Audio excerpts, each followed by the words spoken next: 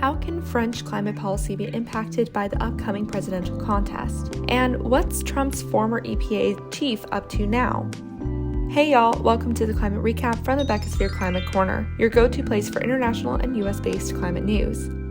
I'm Becky Hogue, a science writer. Today is Tuesday, April 19th. Let's jump right into the news you need to start your day. The main contest between French President Emmanuel Macron and the presidential candidate Marine Le Pen is next week, and the results impact the country's climate priorities.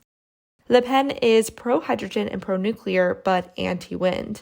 She wants to scrap existing solar and wind farms, saying that it will save the government money. Macron is pro-nuclear, but he supports more energy diversification.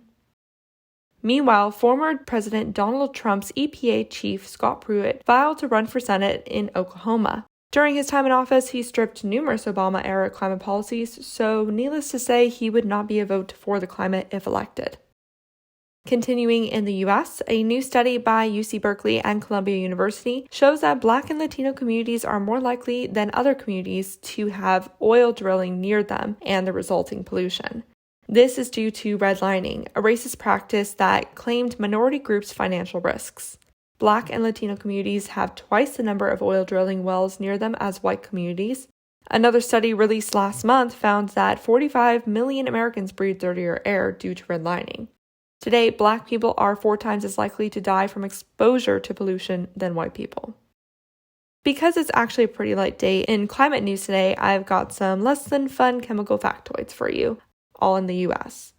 A new study by the Environment Working Group has found that 99% of chemicals added to foods since the year 2000 have been approved by the chemical and food industry, not federal regulators from the Food and Drug Administration. This is because of a little-known loophole known as GRAS, or GRAS, that allows chemicals that are generally recognized as safe by their manufacturers to avoid FDA oversight. When the law was written, lawmakers originally thought of things like sugar and vinegar, but all but 10 food chemicals added since 2000 were done through GRAS, suggesting a leak in the system.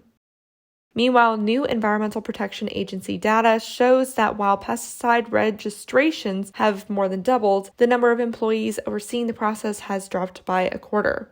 In 2004, Congress passed a new law to speed up the process of registering pesticides, but that has caused a backlog in the process that looks at whether the chemicals violate the Endangered Species Act. And that was your climate news for Tuesday, April 19th. I know, not too much today. If you like the work I do, please follow this podcast, give it a 5-star rating, leave a review, and consider checking out the Beckisphere Climate Corner YouTube channel.